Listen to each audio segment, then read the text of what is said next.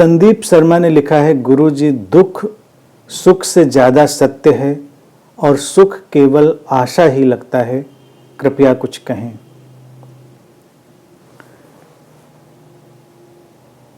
दुख और सुख दोनों एक दूसरे में बदलती हुई यात्राएं हैं संदीप।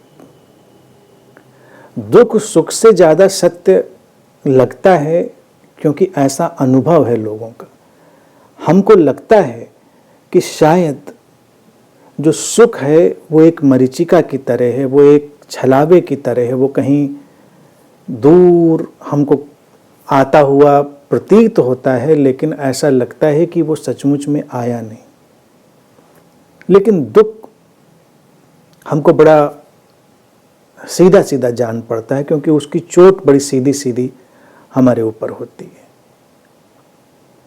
दोनों ही एक किस्म के देखा जाए मरीचिकाएं हैं, दुख भी सुख भी दोनों एक किस्म की मरीचिकाएं हैं और दोनों की अपनी अपनी वास्तविकताएं हैं। दोनों आत्यंतिक नहीं हैं क्योंकि दुख और सुख एक निश्चित घटनाओं का परिवर्तित होता हुआ घटनाक्रम है और बाकी जो हम अनुभव करते हैं वो उस घटनाक्रम से हमारा इंटरप्रिटेशन होता है। दुख से हम चूंकि भागना चाहते हैं, बचना चाहते हैं, इसलिए वो हमको लंबा लगने लगता है और ज़्यादा यथार्थपूर्ण लगने लगता है। सुख में हम ठहरना चाहते हैं, उसको पकड़ना चाहते हैं, उसको जीना चाहते हैं, तो ऐसा लगता है कि वो जल्दी से भाग गया, इसीलिए वो लगता है कि उतना सत्य नहीं है। लेकिन दोनों अपनी अपनी तरह के सत्य हैं और दोनों अपनी अपनी तरह के भ्रम हैं। इस बात को हमें याद रखना चाहिए।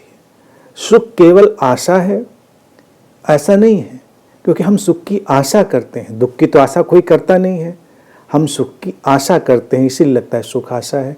लेकिन हम आशा करें या हम आशंका करें, वो बात एक ही है। सुख की आशा करता है व्यक्ति और दुख की आशंका करता है, और आशा और आशंका का जो मैकेनिज्म है वो एक ही है। आशा और आशंका का मैकेनिज्म फर्क नहीं है, वो एक ही है। मन का स्पेकुलेट करने का, अनुमान लगाने का एक ढांचा और ढंग। हम सुख की आशा करते हैं तो वो मन का एक अनुमान लगाने का ढंग है, हम दुख की आशंका करते हैं तो वो एक मन का अनुमान लगाने का ढंग है। सही अर्थों में जीना ये है कि हम आशा और आशंका इन दोनों को छोड़ दें। जो है जैसा है सामने, हम उसमें वैसे जिएं। दुख आता है उसको देखें, समझें, जिएं। सुख आता है उसको देखें, समझें, जिएं। किसी भी बात में लिप्त ना हो और बस बहते चलें। जीने का यही ढंग हो सकता है। आशा और आशंका के सारे तौर तरीकों को त्याग कर विशुद्ध वर्तमान में जीना।